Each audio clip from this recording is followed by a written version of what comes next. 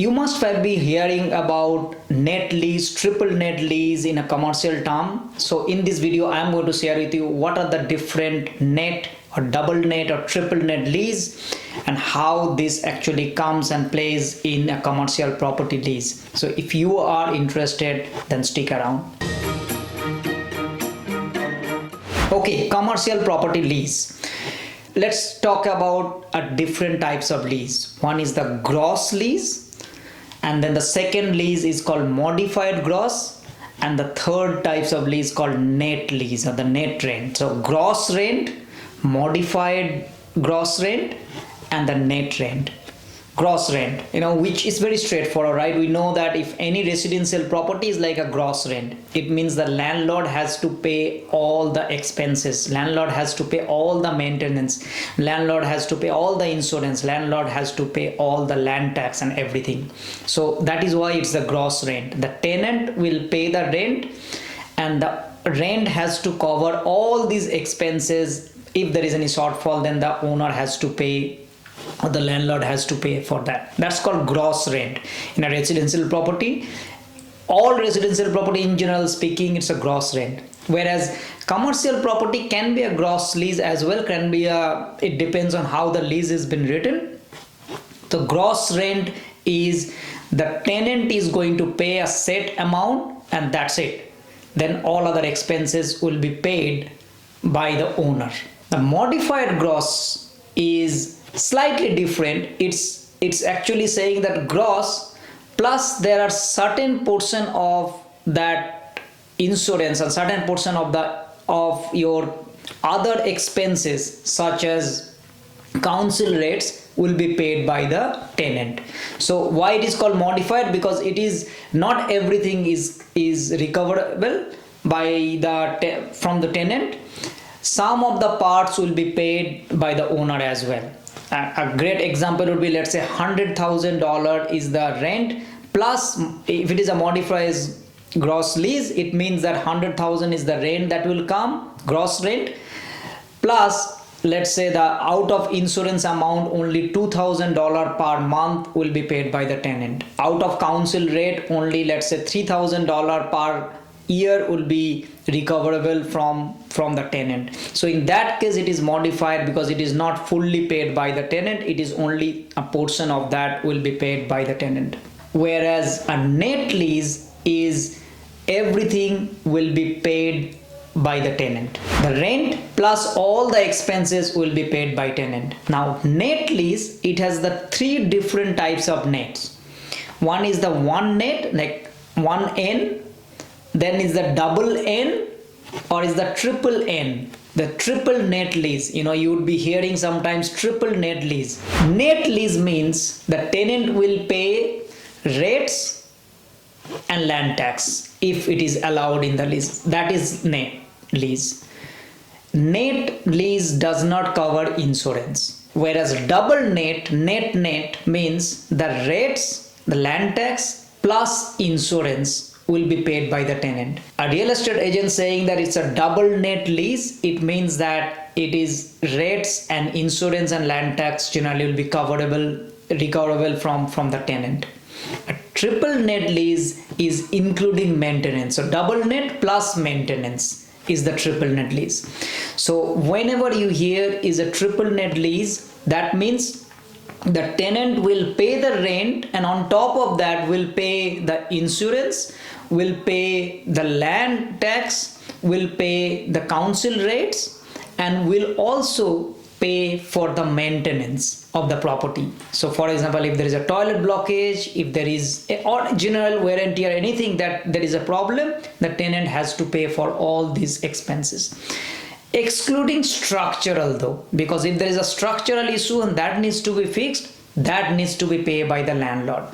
So even though it's a triple net lease, it does not include the structural problems. I own a petrol station, and in that petrol station the underground tanks responsibility is owners. So if there is a problem in the underground tanks, that I have to fix it. Whereas if there is a toilet blockage, or if there is the doors is not working, or if they want to do want to change something, it is they have to take permissions from me. However, it is on the tenant's responsibility to pay all these things, which is why it is a triple net lease. The rates, the maintenance, the land tax, and the council rates, all these things is, and the insurance is paid by the tenant, which is why it is a triple net lease, and that's why it is called triple net. There is another lease which is called absolute triple net lease, and that is including structural. Generally it is not there. I mean, there's very few properties probably will be there which is absolute triple net. That means tenant is absolutely on the hook for everything. Depends on any kind of issues that happens for the period of the lease, tenant is hooked.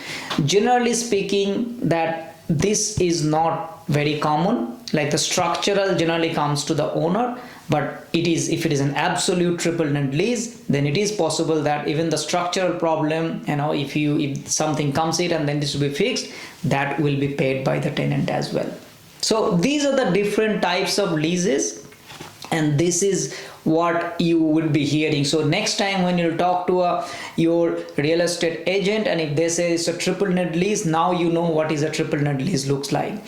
Which is why commercial property is so lucrative, because most of the cases, if the lease is written properly, commercial lease is lucrative because tenant pays all this. And if it is a triple net lease, even double net lease, think about it, that most of the expenses is paid by the tenant. So you are actually getting the rent, and after paying your mortgages, everything else you can keep it. So that's what commercial property is so lucrative. That's what commercial property is, the income property. That's how you make money through commercial property. I know way too many people who actually transition themselves from residential to commercial the moment they understood what commercial property is, how they can, and particularly if they need a significant amount of income, commercial property is the way to go. Think, if you have a $2 million and with a 8% net capital, net cap or net return, you can get 160,000 every single year as income. That is paying after all the expenses. And $2 million property, $160,000 if it is a 8 net cap that it is producing. If it is 7 net cap it is producing, even $140,000. $140,000 an average Australian family can live off easily. In that case, if you look back, you can then say that, okay, how you can accumulate $2 million through residential properties or through some other avenues, so that you can buy a debt-free commercial properties and live off from that income. Now, of course, it is not very straightforward. You need to understand commercial real estate, you need to understand lease, so many things, how the lease is written, and there are some other expenses that you might have to consider as well. For example, if every 5 years, 7 years, 10 years, if there is a structural thing that you need to look into, you need to keep some buffer. However, having some amount of passive income, even 5,000, 6,000, 8,000 per month, is going to significantly change your lifestyle. It's going to significantly, you'll be able to see that what you can do. The possibilities will come enormous once you know that 5 or 6% net return or 8% net return that you are getting, and half of that you can even keep aside for the property, and half of the money that you can use it for your own expenses. I hope you found this video is helpful. If you like this video, can you please do me a favor, liking this video and subscribing my channel. It will really help me to actually reach out more people like you. Thank you so much for your support. As usual, I'll see you next time. Bye-bye.